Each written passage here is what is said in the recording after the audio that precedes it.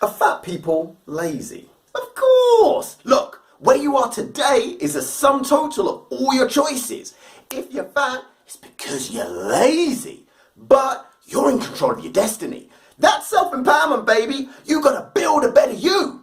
That's a positive sentiment. So why does it sound so negative?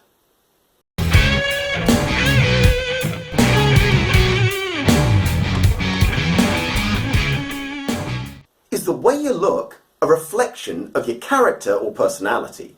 Now, if the way you look is genetic, then we're educated to answer no. No, I ain't stupid.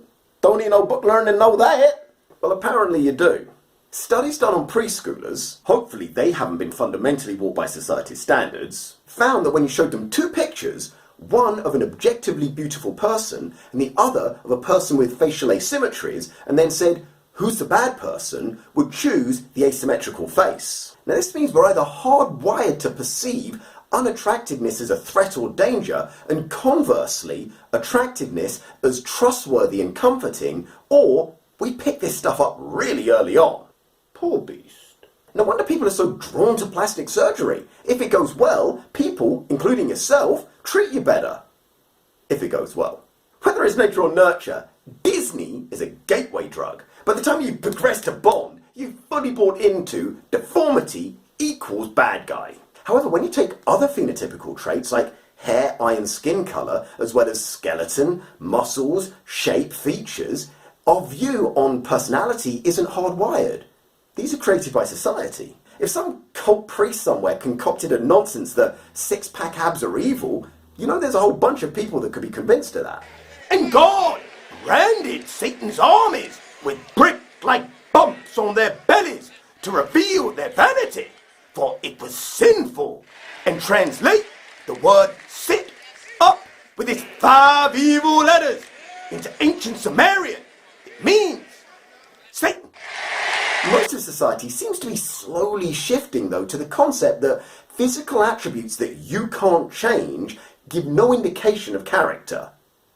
No thanks to Trump. Blacks and Mexicans aren't lazy rapists, and Farrakhan, whites aren't intrinsically evil, and blue-eyed people aren't better, and blondes aren't dumb.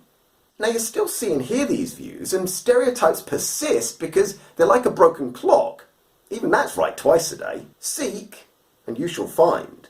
Negative and positive personality traits are sprinkled across all the groups. Like, when people talk about the Nazis, they often subconsciously link that to the German people. But let me tell you something. There are people right now today, around you, that would act in exactly the same way, all over the world, given the same circumstances. It ain't got nothing to do with Germanic thinking. That's responsible for great cars, and that's about it. The character types are reproduced generationally. One dies, another one's born. It's kind of a personality reincarnation. Now look at gay rights. This is one that's gained widespread acceptance recently. How did this happen? By successfully convincing the majority of people that being gay is not a choice, much like being a minority or a woman. We know not to discriminate on sex or race, and so we've extended it to sexual orientation. 30 years ago, it was fine to say that homosexuals were weak, lustful, effeminate, deceitful, bad people, whatever.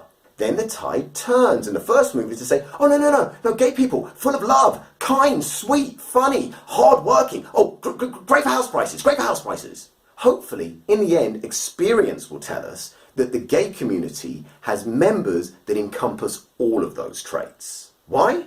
Because they're a group, and every group is made of individuals, and individuals are, well, individual. So why do we take groups of individual people and then give that group characteristics? Because it's easier to see the world this way. You see them over there? They do this. It's an easier concept than, some over there do this, some over there do that, others over there do this other thing, and one over there, mean dog. He does a completely different thing. Very confusing.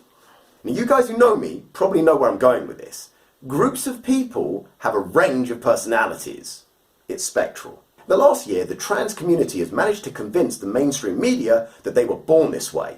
And that makes it a-okay. If trans ain't a choice, then that equals an outpouring of acceptance. Well, okay. Can't help it. Seems fair. All right, fellas, let's wrap it up. Yeah, not today. Okay, Billy, put the noose away. The overweight have tried the same. Unsuccessfully. The fly in their ointment is a scientific community that made the blanket statement, it's calories in, calories out. Eat less, move more.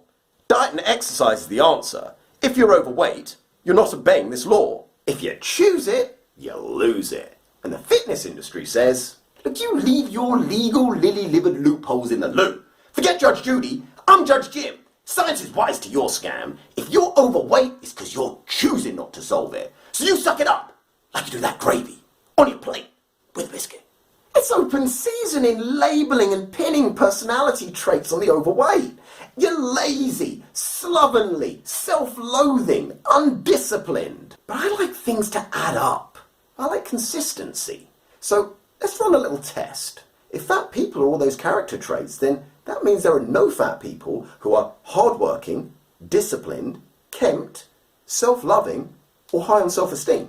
And also, there are no thin people who are lazy, undisciplined, slovenly, self-loathing, or low on self-esteem. Has your experience led you to believe that? Mine hasn't. Now, I do think you can group people and make stereotypes of those groups and have those stereotypes be accurate. And this is how you do it. You group people on personality. In a lazy group, there are lazy people. Stereotypically, they're lazy. And if you recognize someone as lazy, bet dollars to donuts, they're not very industrious. And the beauty of this system is that it works for every single personality trait, positive or negative, and you've got a 100% success rate.